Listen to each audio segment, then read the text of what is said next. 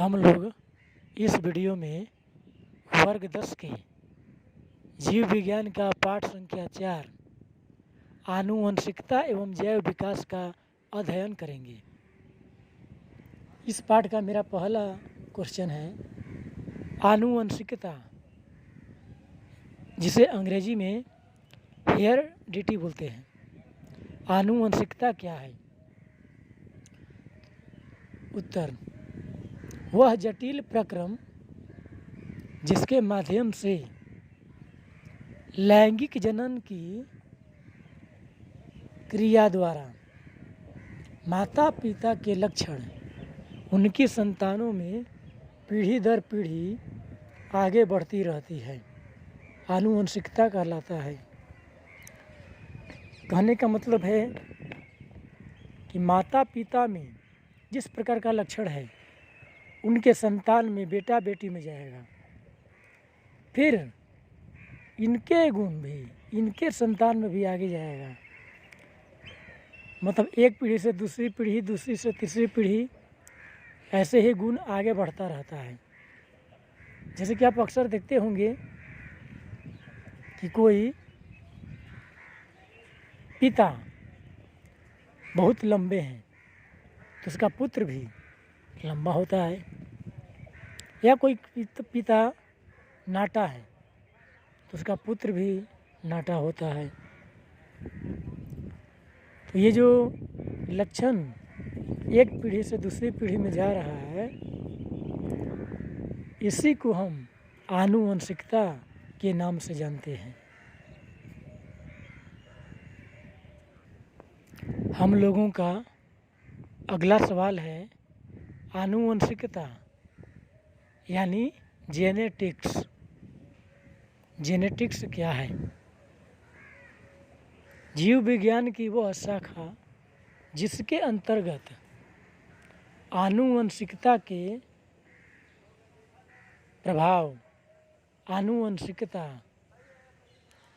आनुवंशिकता की क्रियाविधि और आनुवंशिकता से संबंधित परिवर्तन का अध्ययन किया जाता है, उसे आनुवंशिकी या जेनेटिक्स कहते हैं।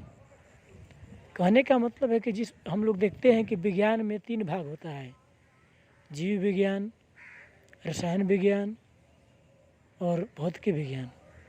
तो इसी प्रकार जीव विज्ञान में भी कई शाखाएं होती हैं। तो उन्हीं शाखाओं में एक शाखा है आनुवंशिकी। इस आनुवंशिकी में हम केवल माता पिता की जो लक्षण पीढ़ी दर पीढ़ी आगे बढ़ती है, जिसको आनुवंशिकता कहते हैं, उसके बारे में ही पढ़ते हैं।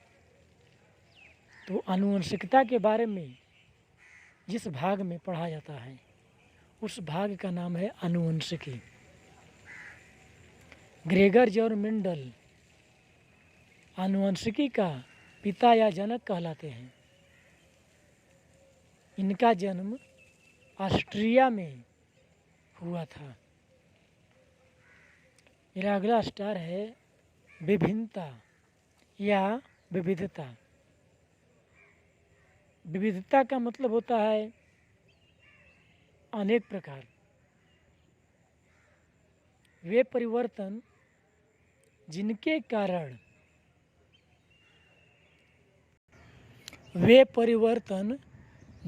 कारण एक ही जाति के 2 सदस्य अथवा एक ही माता पिता के 2 संतान एक दूसरे से भिन्न हो जाते हैं, विभिन्नता कहते हैं।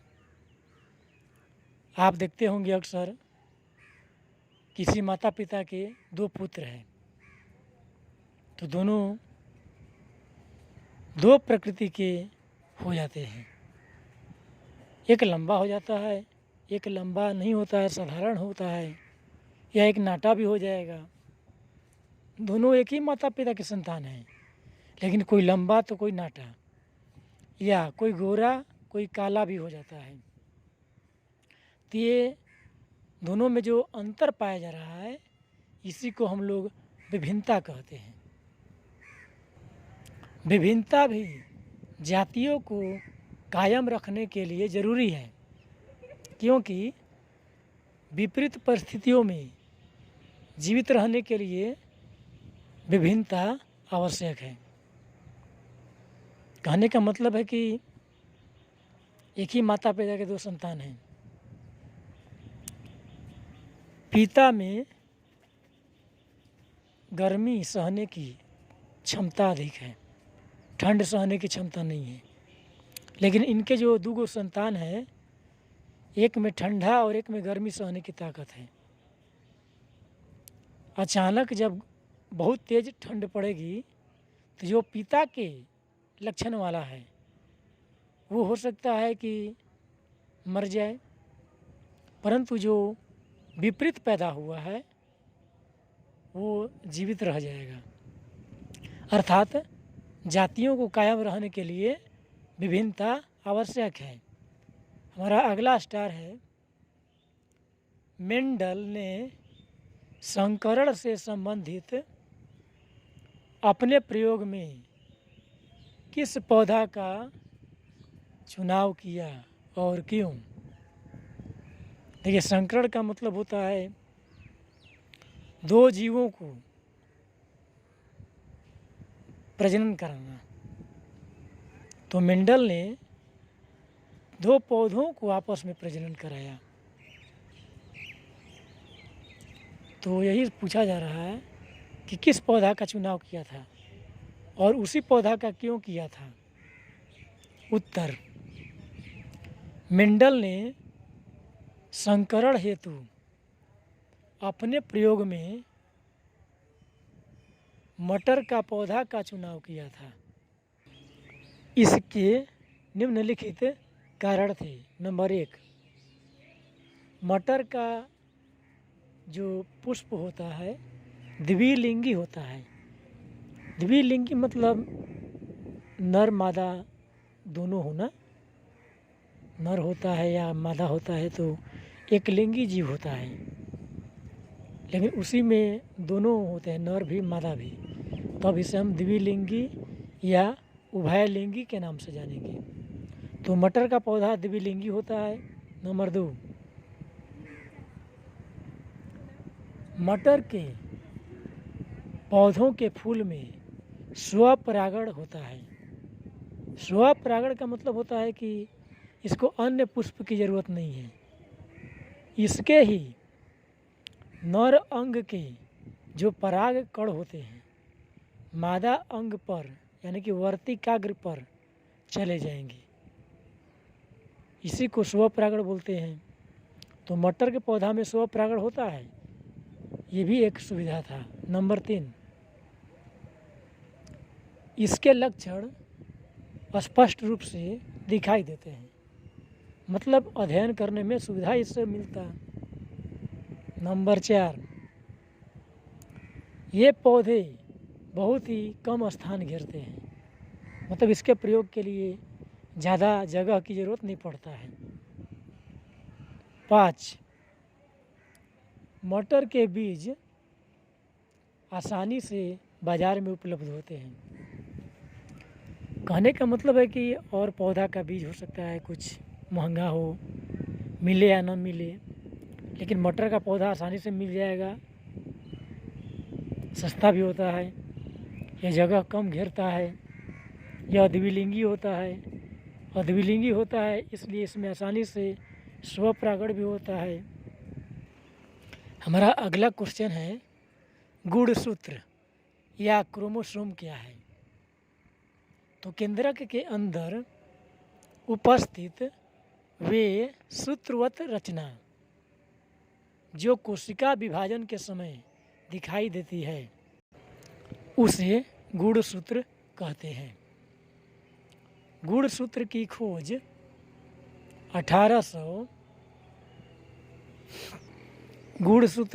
1875 में स्ट्रासबर्गर द्वारा की गई थी।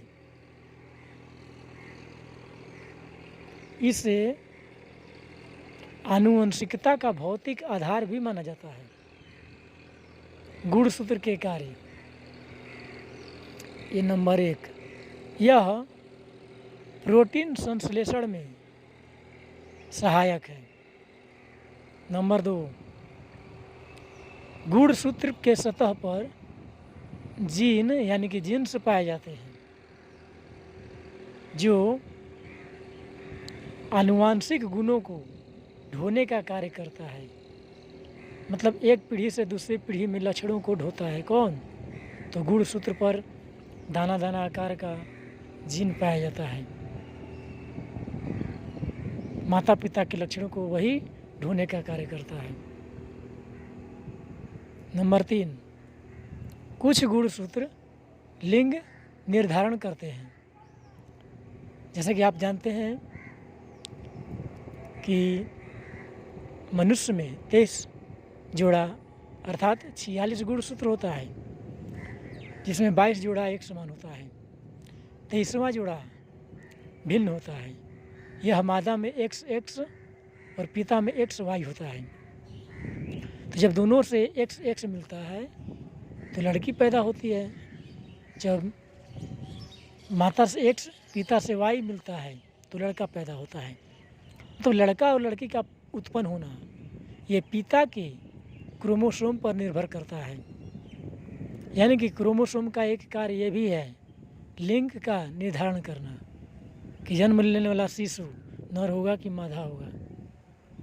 नर मादा होना पिता के गुणसूत्र पर ही डिपेंड करता है। अगला है, कुछ गुणसूत्र राइबोसोम के निर्माण में सहायक है। अगला है, यह कोशिका विभाजन और विकास में सहायक है। मतलब कोशिकाओं को वृद्धि होने के लिए उसका विभाजन होना पड़ता है, तो गुणसूत्र विभाजित करने में सहायक है। मेरा अगला क्वेश्चन है, जीन गुणसूत्र पर पाई जाने वाली वे भौतिक इकाइयाँ जो पैतृक लक्षणों को एक पीढ़ी से दूसरी पीढ़ी में ढोने का कार्य करती है उसे हम जीन कहते हैं। जीन का नामकरण 1909 ईस्वी में जोहानसन द्वारा किया गया था। जैसे कि अभी हम समझाए थे कि गुणसूत्र पर दाना दाना पाया जाता है, तो वही दाना दाना जीन होता है। असलियत में वही जीन माता पिता के लक्षण को एक पीढ़ी से दूसरी पीढ़ी में ढोता है। माता पिता के 2 हाथ है तो संतान का भी 2 हाथ। माता पिता लंबे हैं तो पुत्र भी लंबा होता है। मतलब माता पिता का लक्षण उनकी संतान में जाता है जीन के द्वारा। अब है जीन के कार्य। तो नंबर 1, यह पैतृक लक्षणों को पीढ़ी दर पीढ़ी आगे बढ़ाती है। नंबर 2, यह विभिन्नताएं उत्पन्न करती हैं। अब आगे मेरा कुछ याद करने वाली बातें हैं। नोट नंबर 1, किसी आबादी के ऐसे सभी सदस्यों की जीनों की कुल संख्या जिनमें लैंगिक जनन की क्षमता पाई जाती है जीन पूल कहलाता है। कहने का मतलब कि किसी की जनन क्षमता नहीं होती है, किसी की होती है। तो कई आबादियों का ग्रुप जिनके जीन में लैंगिक जनन की क्षमता है तो उस समूह को ही हम जीन पूल बोलेंगे। जीन का मतलब जीन, पूल का मतलब समूह। अगला नोट है कि मनुष्य में 23 जोड़ा अर्थात 46 गुणसूत्र होता है। इनमें से 22 जोड़ा समान होता है। 23वां जोड़ा माता में XX, पिता में XY गुणसूत्र होता है। माता से X, पिता से भी X गुणसूत्र मिलता है तो लड़का जन्म लेता है। लेकिन माता से X और पिता से Y गुणसूत्र मिलता है तो लड़की जन्म लेती है। मतलब पिता के गुणसूत्र पर ही लड़का लड़की का जन्म लेना निर्भर करता है। मेरा अगला नोट है, मेढक में 26, चेरी का वृक्ष में 32, घोड़ा में 66 और कुत्ता में 78 गुणसूत्रों की संख्या होती है। हमारा अगला स्टार है, डीएनए आनुवंशिकता का आधार है। कैसे? उत्तर, डीएनए आनुवंशिकता का आधार है। इसके निम्नलिखित कारण हैं। नंबर 1, यह सभी कोशिकाओं में पाया जाता है। नंबर 2, यह एक आनुवंशिक पदार्थ है जिसमें आनुवंशिक सूचनाएं उपलब्ध होती है। देखिए, आनुवंशिक पदार्थ का मतलब होता है ऐसा पदार्थ जो माता पिता के लक्षणों को अर्थात पैतृक लक्षणों को एक पीढ़ी से दूसरी पीढ़ी तक ढोने का कार्य करती है। हम उसे आनुवंशिक पदार्थ कहते हैं। तो नंबर 3 है, इसमें परिवर्तन होने से विभिन्नताएं उत्पन्न होती है। नंबर 4, इसमें द्विगुणन की क्षमता होती है। द्विगुणन मतलब भिन्न भिन्न गुण बनना होता है। द्विगुणन से ही गुणसूत्र जनन के योग्य कोशिकाओं को विभाजित करता है। मेरा अगला स्टार है कि लिंग निर्धारण क्या है।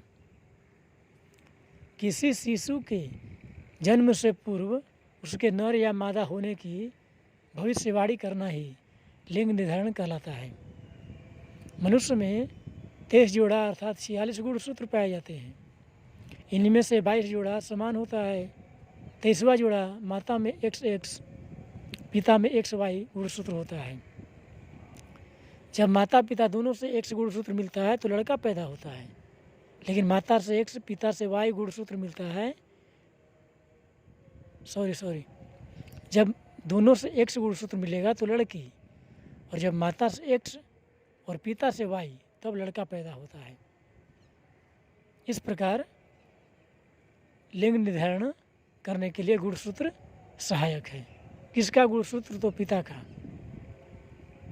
परिभाषा सिंपल है कि किसी भी शिशु, आप देखते हैं कि वैज्ञानिक तरीका है, यंत्र के माध्यम से देख लिया जाता है गर्भ में पल रहा शिशु लड़का है कि लड़की है, तो जन्म से पहले ही पता लगा लेते हैं। इसे ही हम बोलते हैं लिंग निर्धारण। हालांकि ये गलत है, क्योंकि आजकल के दंपति लोग लड़कों को ज़्यादा चाह रखते हैं। गर्भ में यदि लड़की होती है तो उसे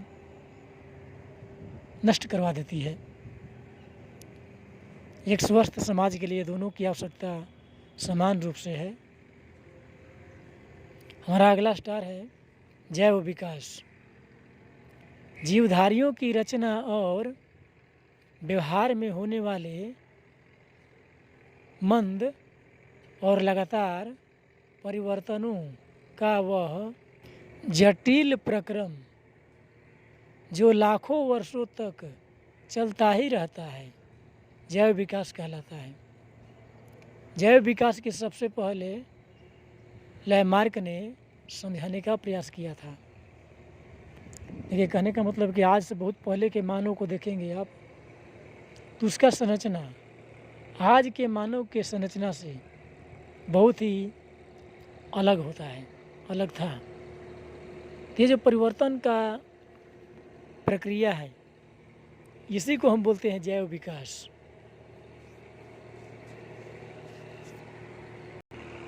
हमारा अगला स्टार है जीवाश्म या फॉसिल्स। जीव जंतुओं और पेड़ पौधों के अवशेष या उनके अंगों की छाप जो चट्टानों या उनके बीच दबे हुए पाए जाते हैं, जीवाश्म कहलाते हैं। जीवाश्मों की आयु का पता लगाने के लिए रेडियो कार्बन विधि और पोटेशियम आर्गन विधि का प्रयोग किया जाता है। हमारा अगला स्टार है समजात अंग, समवृत्ति अंग, अवशेषी अंग। तो सबसे पहले हम देखेंगे समजात अंग। सम का मतलब होता है समान, जात मतलब होता है उत्पत्ति। तो विभिन्न जीवधारियों के, तो परिभाषा देखिए, विभिन्न जीवधारियों के ऐसे अंग जो उत्पत्ति के आधार पर समान होते हैं लेकिन उनके कार्य भिन्न भिन्न होते हैं, समजात अंग कहलाते हैं। जैसे मनुष्य का हाथ, चमगादड़ का पंख, घोड़े की टांग, हवेल मछली के मतलब हवेल के फ्लीपर, पंछी के डैना, ये समजात अंग हैं। आप घोड़ा का टांग और मनुष्य के हाथ के अंदर के जो हड्डी के बनावट देखेंगे तो पाएंगे कि एक जैसा है, यानी कि उत्पत्ति दोनों का एक जैसा है। इसी प्रकार चमगादड़ का पंख मनुष्य के हाथ के हड्डी से मिलाएंगे तो दोनों का संरचना, हड्डियों का बनावट एक जैसा दिखाई देगा। इसीलिए ये एक दूसरे का क्या है, समजात अंग है। समजात अंग का मतलब होता है कि वे बनावट में उनकी रचना एक जैसा होगा, हाँ उनका कार्य अलग होगा। अब मनुष्य का हाथ और चमगादड़ का पंख बनावट में तो एक जैसा है लेकिन कार्य देखिए अलग अलग है। चमगादड़ का पंख उसको उड़ने के लिए मदद करता है जबकि मनुष्य के हाथ उसको उड़ने के लिए मदद नहीं करता है। उत्पत्ति के दृष्टि से, बनावट की दृष्टि से समान है, कार्य अलग अलग है। मेरा अगला क्वेश्चन था समवृत्ति अंग। सम का मतलब होता है समान, वृत्ति का मतलब होता है कार्य। तो समवृत्ति अंग की परिभाषा सुनिए। विभिन्न जीवधारियों में पाए जाने वाले ऐसे अंग जो कार्य के आधार पर समान होते हैं परंतु उत्पत्ति भिन्न भिन्न होती है, समवृत्ति अंग कहलाते हैं। जैसे कीट के पंख और चमगादड़ के पंख, ये आपस में समवृत्ति अंग हैं। देखिए, सम का मतलब होता है समान, वृत्ति का मतलब होता है कार्य।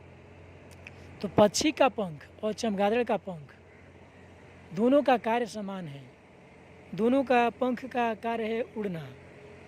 चमगादड़ भी पंख के माध्यम से उड़ता है, पंछी भी पंख के माध्यम से उड़ती है। तो कार्य दोनों का क्या हुआ, समान, इसलिए कहेंगे समवृत्ति अंग। हालांकि इन दोनों की हड्डियों का बनावट अलग अलग है। यदि हड्डियों का बनावट एक जैसा होता तो समजात अंग कहलाता है, लेकिन दोनों का यहाँ पर कार्य समान है। तो वृत्ति का मतलब होता है कार्य। तो जब कार्य समान होगा तब उसे हम समवृत्ति अंग कहेंगे। अगला है अवशेषी अंग। जैसे कि नाम से ही स्पष्ट हो रहा है अवशेष। अवशेष का मतलब होता है बचा हुआ, जिसका कोई उपयोग नहीं है, बच गया। तो विभिन्न जीवधारियों में पाए जाने वाले ऐसे अंग जो केवल अवशेष के रूप में ही पाए जाते हैं तथा उनकी कोई ज़रूरत नहीं होती है, अवशेषी अंग कहलाते हैं। जैसे मेढक के आँख की निमेषक पटल, उसका कोई उपयोग नहीं है। केनाइन दांत, मनुष्य के आँख का निमेषक पटल, मनुष्य के रीढ़ के हड्डी का अंतिम हिस्सा,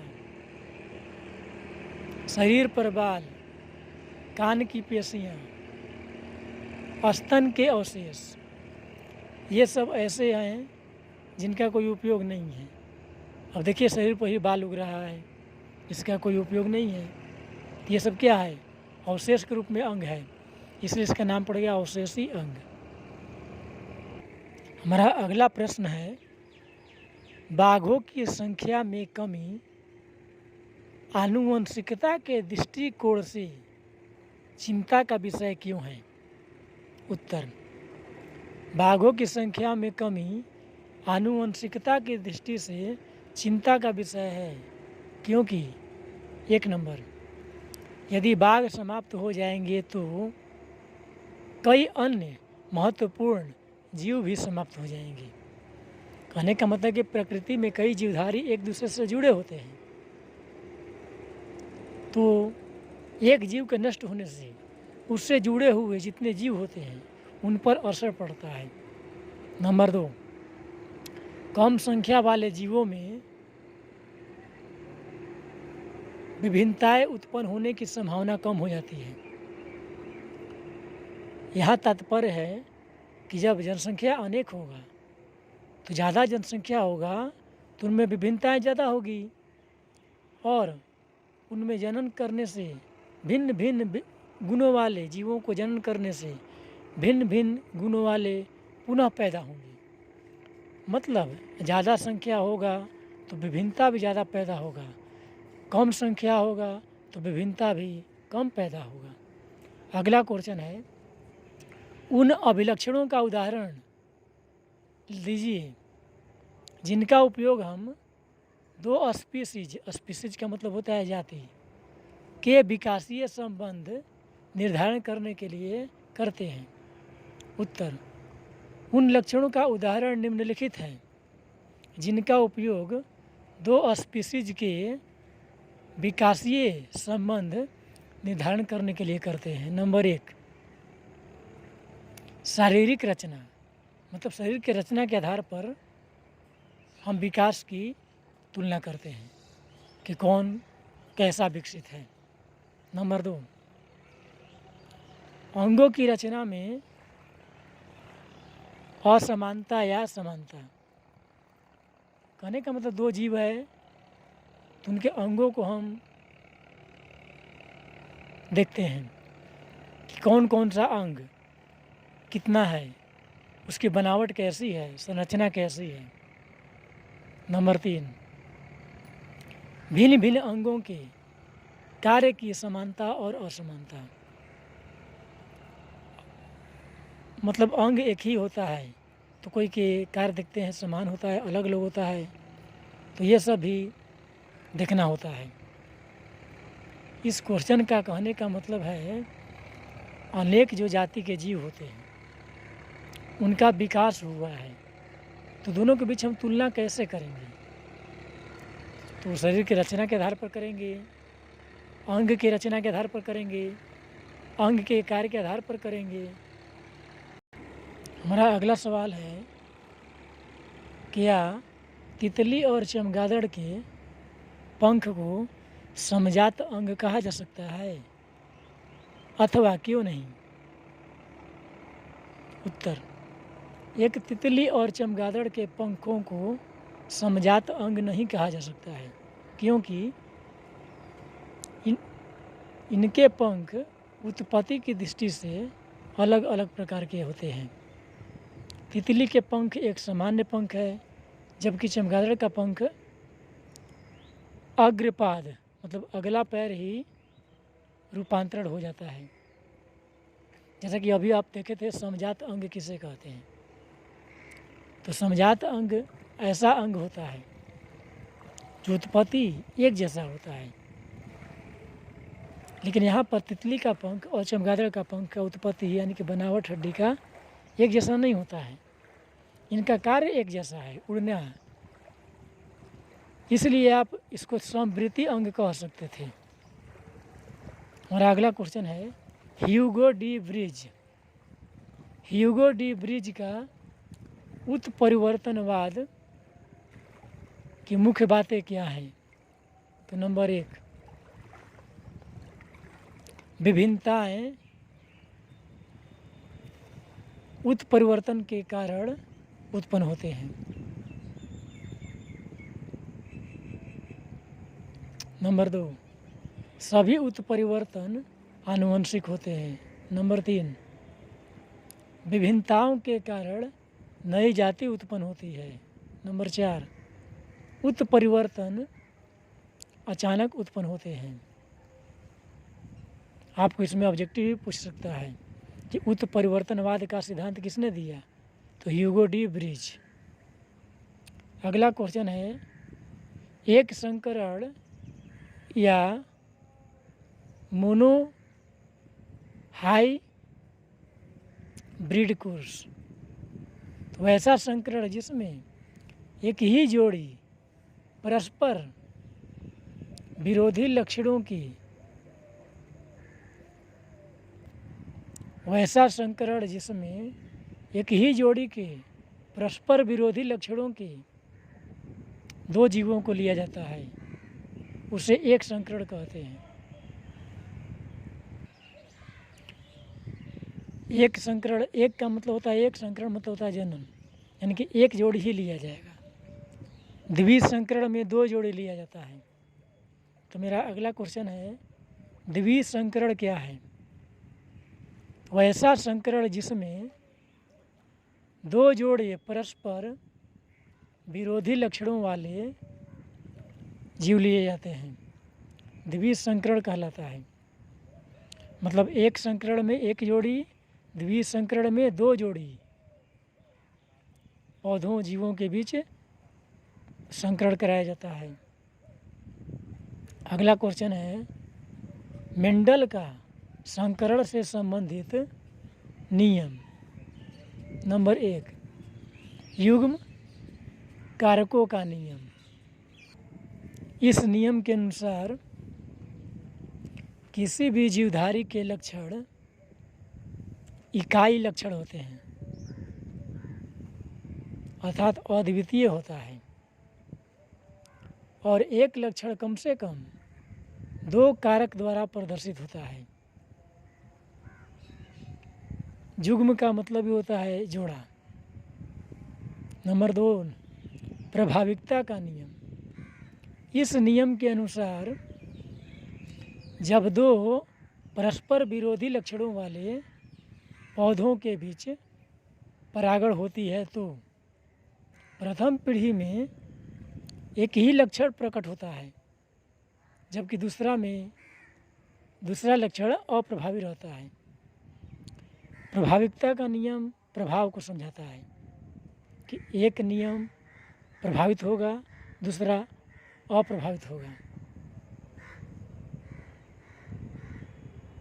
यहाँ पर चित्र में दिखाया गया है कि बड़ा टी लंबा पौधा, छोटा टी बौना पौधा के बीच संकरण कराया गया तो लंबा संकरण पौधा बना। नंबर 3 पर है पृथक्करण का नियम। इस नियम के अनुसार जब प्रथम पीढ़ी से प्राप्त संकरण पौधों में स्वपरागण होता है तो वे लक्षण अगली पीढ़ी में अलग हो जाते हैं, जो पहली पीढ़ी में अप्रभावी थे। चित्र में दिखाया गया है।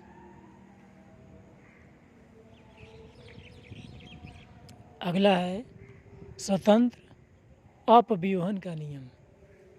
इस नियम के अनुसार जब परस्पर विरोधी दो जोड़े लक्षण वाले पौधों को संकरण कराया जाता है तो वे लक्षण युग्मक बनते समय ही स्वतंत्र रूप से प्रकट होते हैं।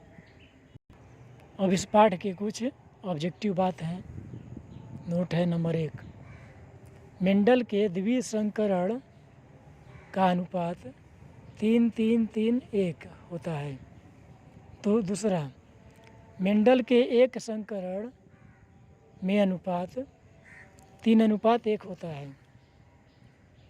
तीसरा note, the origin of species या जातियों का अभ्युदय पुस्तक का लेखक चार्ल्स डार्विन है। नोट नंबर 4, चार्ल्स डार्विन के विकासवाद को प्राकृतिक चयन का सिद्धांत भी कहते हैं। तो हमारा यह पाठ परीक्षा की व्यूज से ख़त्म होता है।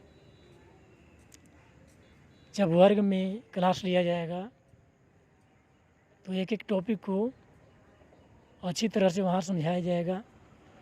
उस तरह से इस वीडियो में हम समझाएंगे, एग्जाम्पल देंगे तो वीडियो लंबा लंबा हो जाएगा। तो वीडियो को छोटा रूप देने के लिए ही हम केवल सभी पारिभाषिक शब्दों को याद करने योग्य केवल समझाए हैं। हाँ, कई प्रश्न ऐसे भी होंगे जो आपको समझने में भी परेशानी होगी, उसको क्लास में आप अच्छी तरह समझ लेंगे। देखिए, ये पटना का सोन नदी है।